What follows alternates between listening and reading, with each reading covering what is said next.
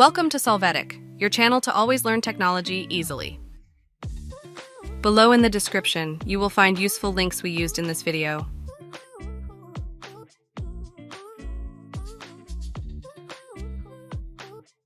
Today in Solvetic, we will see how to open TikTok on mute. We start by opening TikTok, then click on the top drop-down menu and then enter Settings and Privacy.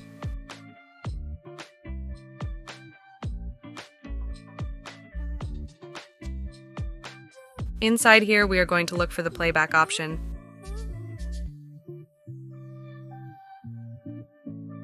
Finally, here we will be able to activate the option to open TikTok on mute, so that by default when you open the app, the videos are not heard. Hey, remember to subscribe Solvetic channel.